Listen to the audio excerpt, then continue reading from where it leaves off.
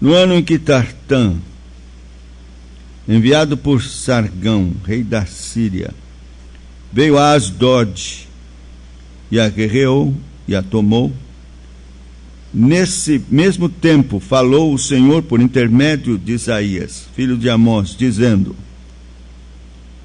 vai, solta de teus lombos o pano grosseiro de profeta e tira dos pés o calçado. Assim ele fez, indo despido e descalço.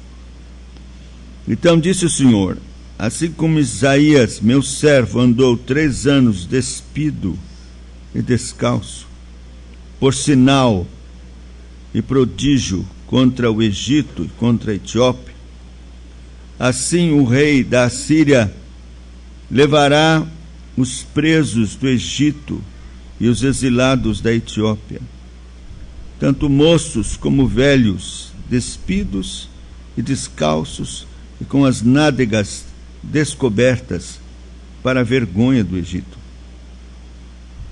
Então se assombrarão os israelitas e se envergonharão por causa dos etíopes, sua esperança, e dos egípcios, sua glória.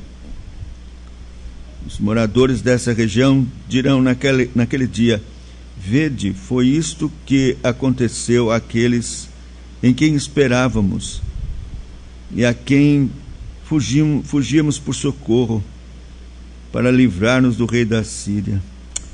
Como, pois, escaparemos nós? Que Deus aplique sua palavra viva ao nosso coração. Vamos orar, curvar nossa fronte. Nosso Deus, nosso Pai, Todo-Poderoso Jacó, único e verdadeiro Deus, Criador dos céus, da terra, do mar, de tudo que neles há, Criador nosso, Deus de Abraão, de Isaque, de Jacó, Deus da aliança, tão maravilhosa e graciosa que fizeste, Senhor, com os homens, por meio de Jesus Cristo, para a nossa salvação. Ó Senhor, Tu nos deste a Tua palavra, um meio de graça maravilhoso, e através dela e da pregação dela, que no poder do Teu Espírito Santo nós somos regenerados, vivificados, e a fé é introduzida no nosso coração. É por ela que somos santificados, corrigidos, animados, curados e salvos, porque é ela que nos anuncia a gloriosa salvação no Evangelho, em Cristo Jesus. Por isso, Senhor, nós pedimos que Tu venhas nos abençoar pela pregação da Tua palavra. Nós não merecemos, somos pecadores indignos, já confessamos aqui nossos pecados. Cremos que Tu nos perdoaste, Senhor, pelo sangue precioso do Senhor Jesus Cristo. Então, Senhor Deus, vem, salva-nos, converte-nos e seremos convertidos. Opera, Senhor, em nós. Dirige o nosso coração somente a Cristo, o único que pode nos salvar. Tem misericórdia, Senhor, de nós. Tem misericórdia dos que estão doentes, tanto fisicamente como espiritualmente. Oh, tem compaixão. Visita-nos, Senhor, com poder. Nossa única esperança está em Ti e na Tua palavra. Oramos assim, certos da Tua bênção, Senhor, declarando nossa total inabilidade e dependência de Ti. Oramos em nome do Senhor Jesus. Amém. Bom, esse é o capítulo intrigante. Talvez você já tenha ouvido falar, ou talvez não. O único profeta na Bíblia que é dito que andou nu durante 3 anos. profeta Isaías.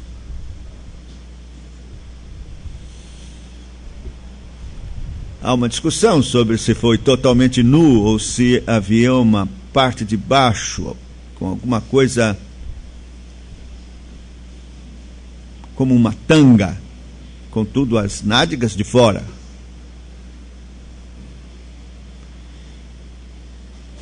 E o que é que significa isso? Por que Deus teria mandado o seu profeta fazer isso? Bem, nós temos que entender o contexto. Esse capítulo 20 é a conclusão dos capítulos anteriores, que falam exatamente do juízo de Deus contra o Egito e a Etiópia. E nós entendemos, quem está acompanhando a exposição está já ciente de que Judá estava colocando sua confiança e esperança de salvação contra a Síria, o rei da Síria, no Egito e na Etiópia. Isto entristeceu profundamente o coração do Senhor. Eles eram o povo do Senhor, eles estavam na terra de Emanuel. Era preciso esperar somente em Deus, e não em nação alguma, em homem algum. E então Deus manda o seu profeta fazer algo absolutamente inusitado: sair pelas ruas, tirar o seu manto de cilício ou pano de saco. Provavelmente a essa altura já Isaías, conduído com a situação de incredulidade, de pecado, de desvio mesmo do caminho do Senhor, do povo, se veste já andando de cilício, isto é, uma veste de pano de saco que mostra tristeza. Mas Deus disse: não basta só mostrar que você está triste, tira isso aí e tira as sandálias e anda descalço, nu, com as nádegas de fora, e diga: assim vai acontecer com os que têm e colocam a sua confiança no Egito e na Síria, porque os egípcios e etiopianos vão andar assim, porque a Síria vai levá-los cativos. A essa altura, já Israel, as 10 tribos, também haviam sido já levados cativos. E dessa forma, os cativos eram despidos e eles andavam maniatados dessa forma, levados assim para o cativeiro. Então Isaías iria demonstrar isso. É assim que vai acontecer com os egípcios e com os etiopianos. É assim, eles vão assim para o cativeiro. Essa é a esperança de vocês.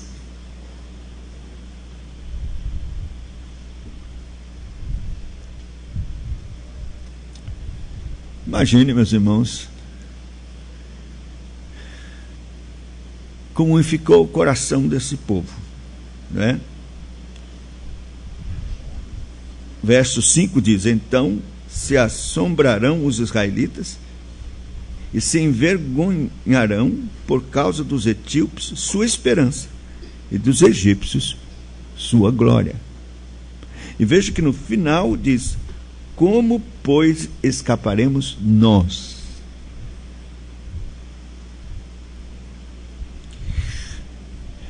Meus irmãos, o sentido do texto resume-se nisso.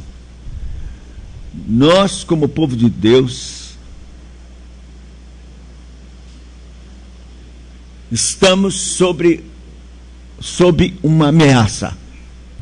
Vivemos no mundo, o pecado está no mundo, o mundo está posto no maligno, há uma ameaça, esta é a cidade da destruição, a condenação está já estabelecida por causa do pecado.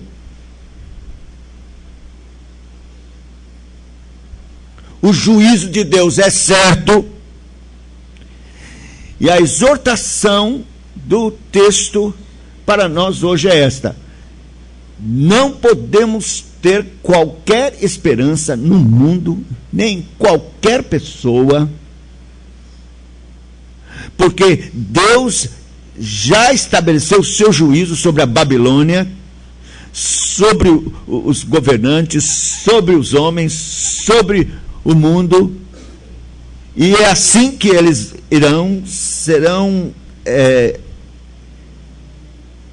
castigados severamente por Deus. E então nosso coração não deve estar nesse mundo e nem em qualquer dessas coisas. Deus já tem estabelecido juízo sobre o mundo. O resultado é nudez, escravidão, opróbrio. Então, nesses termos, a gente tem que pensar, porque somos tentados muitas vezes a ficar entusiasmados com o mundo e com as oportunidades que o mundo nos dá, e acabamos colocando o nosso coração nessas coisas do mundo. Mas você deve pensar: riqueza, sua esperança está lá, resultado, nudez. Poder, resultado, nudez.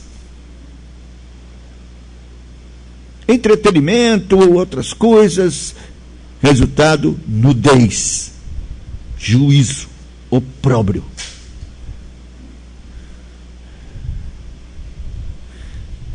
E a pergunta: como, pois, escaparemos nós? Esta é uma pergunta que um povo que ouviu muitas vezes a mensagem do Evangelho. O Evangelho na velha dispensação. A promessa de um Emanuel. A promessa de um Salvador. De um Messias. Era nele que eles tinham que colocar a esperança. Não era nem para fazer essa pergunta: como escaparemos nós? Mas, evidentemente, eles estavam assustados. O texto diz assim: no ano em que Tartã, enviado por Sargão, rei da Síria, veio a Asdod e a guerreou e a tomou. Bom, Tartã era um comandante do rei da Assíria. Ele já fora mencionado quando liderou aquela embaixada que ameaçou em cima, no muro, estavam todos ali vendo eles falarem e ameaçarem, porque Jerusalém estava cercada. E Sargão é o mesmo Senaqueribe, rei da Síria. Veio a Asdod, ele já havia tomado Asdod. Asdod era uma cidade filisteia, próxima já de Jerusalém, forte, uma cidade forte, que fora tomada já pela Síria. Então, o perigo era iminente, eles estavam ameaçados. E foi nesse tempo que o Senhor falou, então, por intermédio de Isaías, que ele fizesse isso. Então, quais as implicações disso para nós, tendo esse contexto e você agora compreendendo? O contexto, meus irmãos, é o Senhor fechando toda e qualquer possibilidade de esperança e de salvação, todas as portas de escape, e apontando para Cristo. Como? Bem,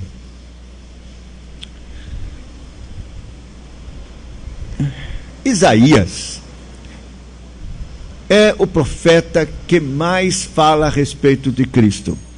É chamado o livro do Evangelho no Antigo Testamento, Isaías. E a própria figura de Isaías é uma figura que tipifica Cristo. Por exemplo, Isaías, filho de Amós, ele era de estirpe, de nobreza. Ele tinha sangue real nas veias. E por isso ele tinha trânsito com os reis, porque era considerado, por causa da sua própria ascendência. Então, ele lidou com mais ou menos 4 ou 5 reis e tinha uma penetração entre eles, e era assim como um conselheiro de Estado, algo muito importante e, portanto, de estirpe, de nobreza. Agora você pensa em alguém assim, de repente tira suas roupas de nobreza, coloca pano de saco, cilício, e ainda Deus diz: tira isso e ande nu e descalço. Então você pode perceber aqui uma semelhança do que aconteceu com Cristo. O Senhor da glória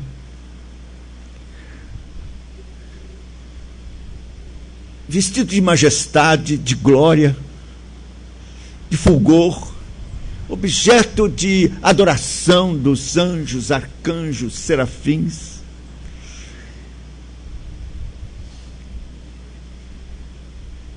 Mas por amor aos eleitos, se humilha. Diz a Bíblia que ele não teve por usurpação ser igual a Deus, mas se humilhou. Despiu-se da sua roupagem de glória, majestade, fulgor, e se vestiu da nossa roupagem humílima. Ele nasceu pobre, numa manjedoura, num estábulo fedorento, e permaneceu pobre, humilde, filho de um carpinteiro. E durante toda a sua vida, ele viveu de forma humilde. Ele é chamado nas Escrituras de servo sofredor, aquele que sabe o que é padecer. Esteve com os pobres, se misturou com eles. Não teve propriedade alguma. A Bíblia diz que ele não tinha nenhum de reclinar a cabeça.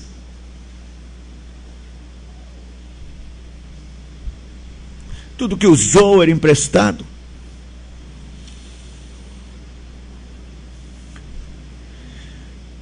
Mas, meus irmãos, a palavra de Deus nos diz que até o que tinha uma túnica sem costura, quando foi levado à morte, então tiraram aquela túnica para lançar sortes e ver quem poderia ficar com ela, e o dependuraram na cruz nu. Nós não sabemos exatamente, alguns estudiosos eruditos das Escrituras afirmam peremptoriamente, nu, completamente nu, com suas vergonhas expostas, como Adão. mas porque ele estava tomando o nosso opróbrio.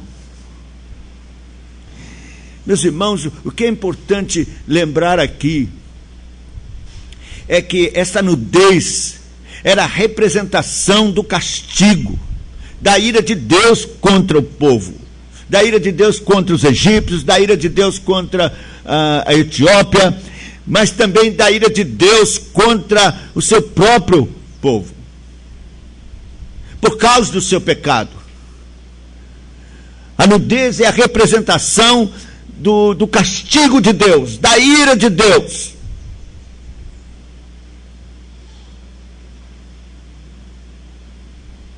Nós prezamos muito, não é, a roupa, os nossos vestimentos de vários estilos, e a gente procura sempre, quando comprar, qual é o que cai melhor, ou que seja mais bonito. E muito disso está ligado à vaidade e a falta de roupa, ou a roupa surrada, velha, de trapos, ou sem roupa alguma, os descamisados, significa mesmo opróbrio, pobreza, castigo. Essa é a verdade, resultado do pecado. Então, meus irmãos, Cristo, o profeta e Cristo,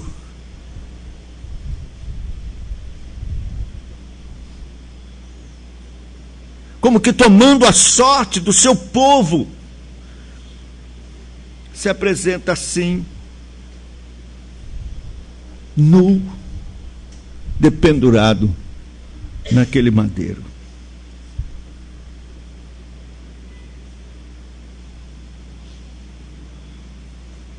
É isso que está lá em Marcos, como já citei, no capítulo de número 15, que é a crucificação do Senhor Jesus, no verso 24, é dito claramente isso.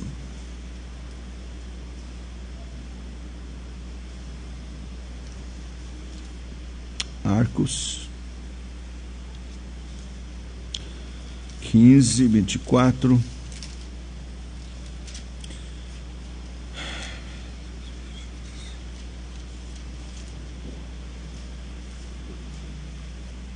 Então o crucificaram e repartiram entre si as vestes dele, lançando-lhe sorte para ver o que levaria cada um. No verso 20 diz: depois de o terem escarnecido, despiram-lhe a púrpura que tinham colocado, porque antes haviam tirado a roupa, vestiram com uma púrpura. Depois tiraram a púrpura, vestiram de novo com a roupa, e agora aqui, próximo a colocá-lo na cruz, tiram de novo a roupa. Repartiram entre si as vestes, lançando sorte para ver o que levaria cada um. Isto é o cumprimento do que está escrito lá no livro dos Salmos. Literalmente, Salmo de número 22, nós lemos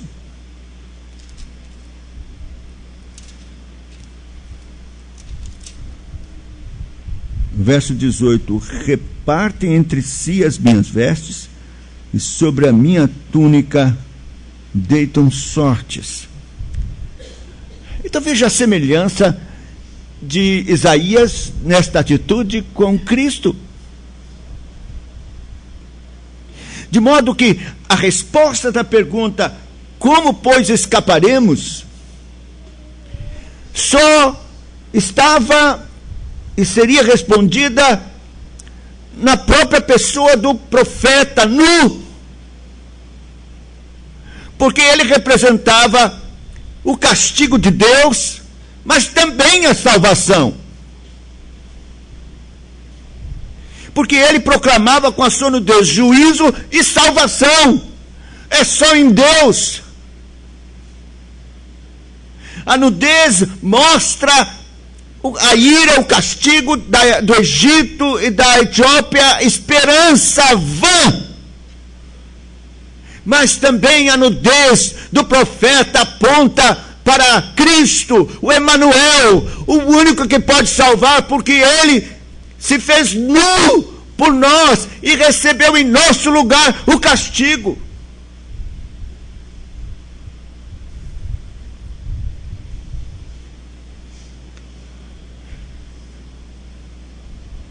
Quando olhamos para o Calvário, conforme descrito nas Escrituras, e vemos conforme é descrito o nosso Salvador nu, dependurado, aí nós concluímos, ali está o nosso opróbrio, o nosso juízo, a nossa esperança castigada e julgada. Mas também ali está a nossa salvação. É o Emanuel que morreu, levando sobre si o juízo de Deus que era nosso, levando o nosso opróbrio, a nossa nudez espiritual. Ele se fez nu para que nós pudéssemos nos vestir da sua justiça.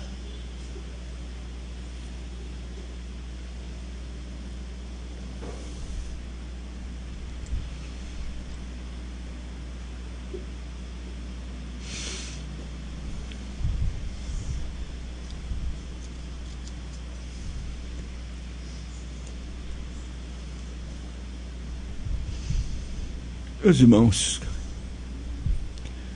esse é um capítulo tão pequeno, enigmático, até certo ponto. Uma mensagem tão simples. Vocês estão colocando a sua confiança em lugar errado. O Salvador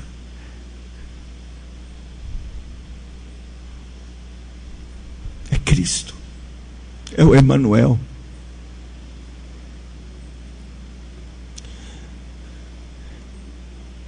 Então, meus irmãos, é simples a mensagem. Eu não sei como está a sua vida, não sei como você está vivendo, onde você está colocando a sua confiança. O tempo está passando, dia após dia. Você dá pouca importância para Deus, para a sua salvação, para os seus meios de graça, para a sua palavra. Talvez você diga, né, eu creio em Cristo, eu sou crente, eu professei minha fé no Senhor Jesus, eu de fato pertenço a Ele, mas você não tem demonstrado isso. O seu coração está na Etiópia, o seu coração está no Egito, o seu coração está lá. É lá que você, no final das contas, tem colocado sua esperança, porque é no que você dedica, é nisso que você tem colocado a sua força. E nós demonstramos isso exatamente pela nossa dedicação. Colocamos nossa vida naquilo que nós amamos e cremos. Meus irmãos, resultado é opróbrio, é castigo, é juízo. Já temos pregado sobre isso. Deus tem mostrado claramente o que vai acontecer com esse mundo. O seu juízo já está determinado. Não há salvação senão no Senhor, no crucificado.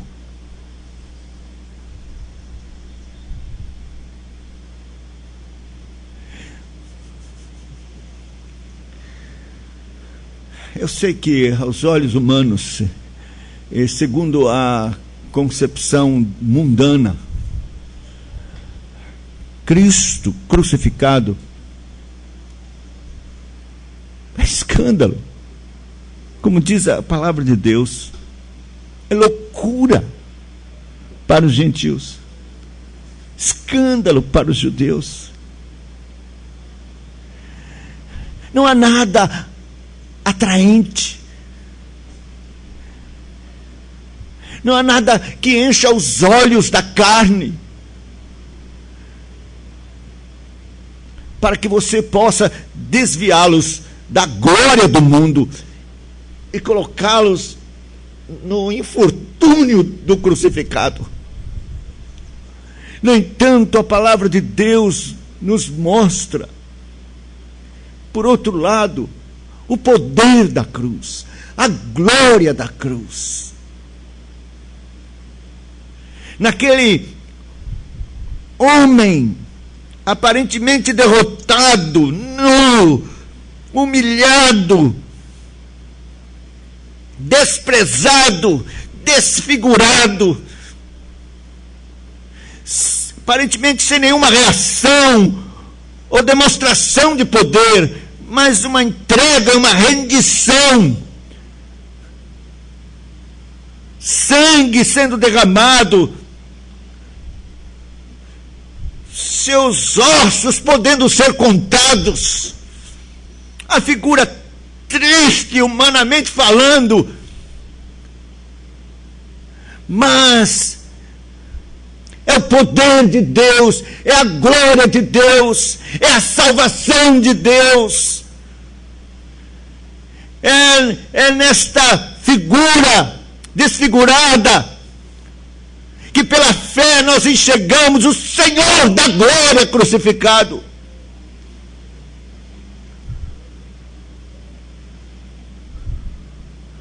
Deus mesmo, realizando uma obra extraordinária e poderosa, ainda que oculta aos nossos olhos, mas revelada de forma clara, retumbante nas Escrituras, no inclinar da cabeça, morrendo em sangue. Foi ferida a cabeça da serpente enganadora, derrotado o inferno, e as portas do paraíso abertas para pecadores imundos e condenados como nós.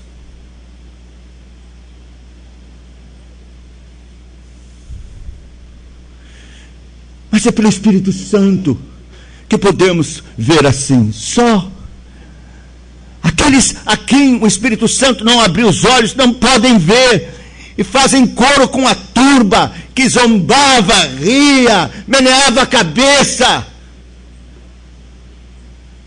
e dizia: deixa, vejamos se Elias vem tirá-lo, ou salvou os outros, não pode salvar-se a si mesmo, desça da cruz se é o Cristo.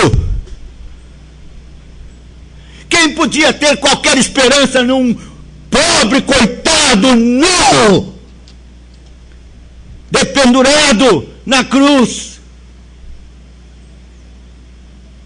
Mas aqueles eleitos de Deus, que são agraciados por sua misericórdia e graça e poder, e que têm seus olhos abertos, então irão contemplar o Cordeiro de Deus, a glória de Deus, o Senhor da glória, realizando a obra das obras, a maior na vida de Deus.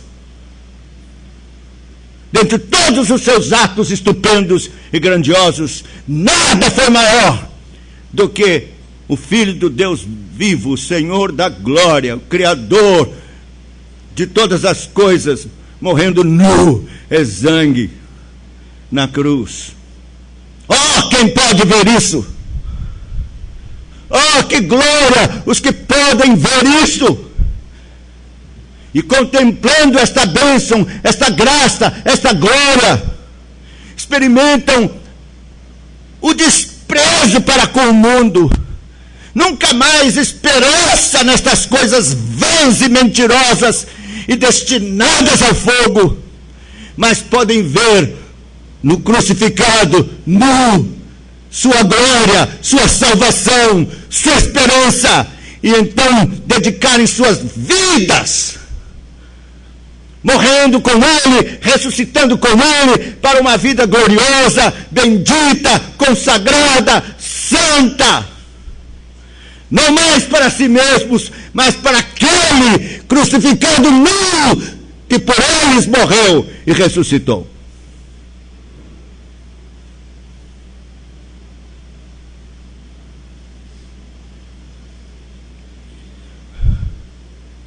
Por isso, meus irmãos, devemos examinar-nos a nós mesmos. A sua vida vai dizer quem você vê na cruz. Se é o Senhor da glória, que morreu e ressuscitou, e é Deus, e reina, e está vivo, e voltará, e venceu, esmagou a cabeça da serpente, venceu os seus agostos, voltará para julgar vivos e mortos, virá para pisar o lagar da sua ira e dar a cada um segundo as suas obras. É esse que você vê? Se é este, sua vida tem que ser diferente. Não adianta dizer. Suas ações, sua consagração, sua vida dedicada a Ele, buscando os seus meios de graça para adorá-lo, para servi-lo, falam mais do que suas meras palavras.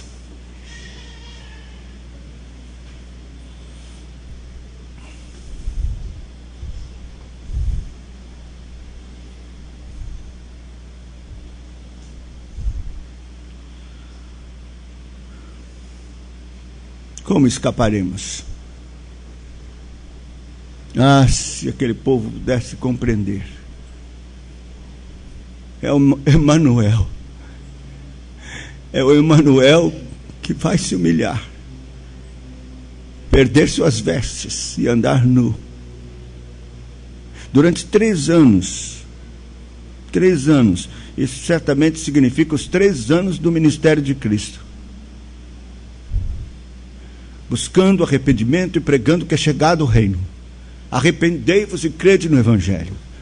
3 anos de oportunidade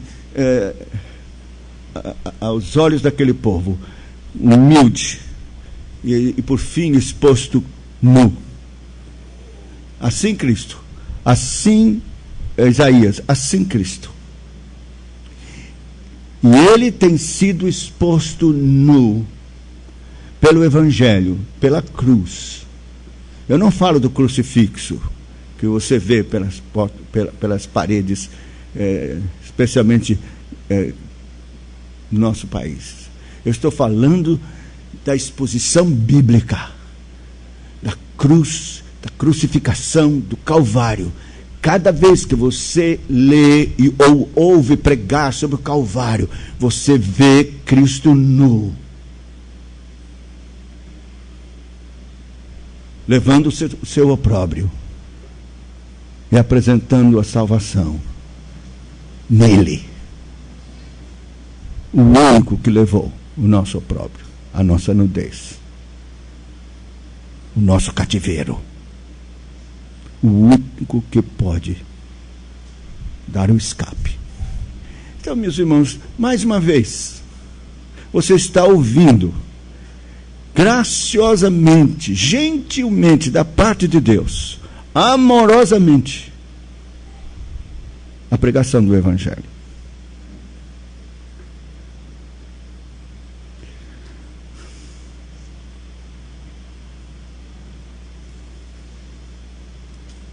E a nossa esperança é que Deus, pelo Espírito Santo, abra os seus olhos. Porque será muito triste se você não crer na nudez que salva. Você vai experimentar a sua própria nudez que lhe condena e lhe leva para a perdição. Hoje, se ouvirdes a minha voz, diz o Senhor, não endureçais o vosso coração. Eu gostaria que o Espírito Santo imprimisse isso na sua alma, no seu pensamento, no seu coração. Você saísse daqui pensando e vendo Cristo nu na cruz. Esta que aparentemente é uma mensagem de derrota, é a única mensagem de esperança, e que de fato pode lhe salvar. Que Deus nos abençoe.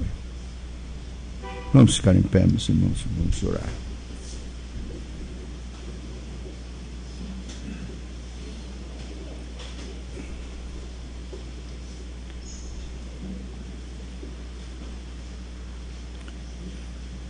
Bendito e eterno Deus, nosso Pai,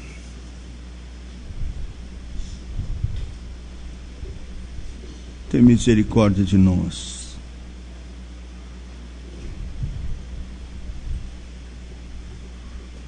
Pecadores, estamos cercados de todos os lados de ameaças tão sérias como a invasão dos assírios, a ameaça de sermos levados para o cativeiro nus. Quem poderá nos salvar? Se a nossa esperança está condenada, se ela for o mundo, quem poderá nos salvar? Senhor, nós te damos graças porque a tua palavra nos aponta para Cristo Emanuel, que se humilhou, despiu-se da sua veste de glória, deixou seu domicílio santo e veio a este mundo, vestiu-se da nossa roupagem mínima e viveu aqui humilde, pobre, contudo de modo santo e perfeito, até que em obediência ao Pai, por amor aos escolhidos, se entrega nas mãos dos pecadores, é vilipendiado, despido, morto, crucificado, exposto em vexame, porque tomou o nosso vexame, a nossa vergonha. Não temos palavras para agradecer, Senhor, porque o Senhor quis abrir os nossos olhos para que pudéssemos contemplar nesse quadro de horror e de aparente derrota, humilhação e vergonha, a nossa glória, a nossa esperança, a nossa salvação. Só pelo poder do teu Espírito Santo. Por isso, Senhor, rogamos que tu faças isso em cada vida, em cada coração, do menor ao maior, mesmo as crianças. Todos tenham seus olhos abertos pelo Espírito Santo e possam entender que a única salvação, o único escape é Cristo crucificado, nu, derramou seu sangue que nos purifica de todo pecado. E que então, Senhor, nós possamos demonstrar isso com nossas ações, nossa vida consagrada, dedicada, cheia de amor por Ele. Oh, tem misericórdia, não deixa que sejamos enganados por um mero assentimento na mente a respeito do Evangelho, mas que possamos olhar para a nossa vida e ver se realmente ela responde em atos santos de justiça, de consagração, de amor a Cristo, como quem verdadeiramente viu a sua glória. Tem compaixão. Oramos agradecidos certos da tua bênção, esperando somente no Senhor. Em nome dele, nosso amado Salvador. Amém. Que a graça maravilhosa do Senhor Jesus Cristo, o amor insondável e imerecido de Deus, nosso muito bondoso e eterno Pai, comunhão, consolações do Espírito Santo, todo o seu poder sejam derramados sobre todos vós e convosco permaneçam hoje e para sempre. Amém.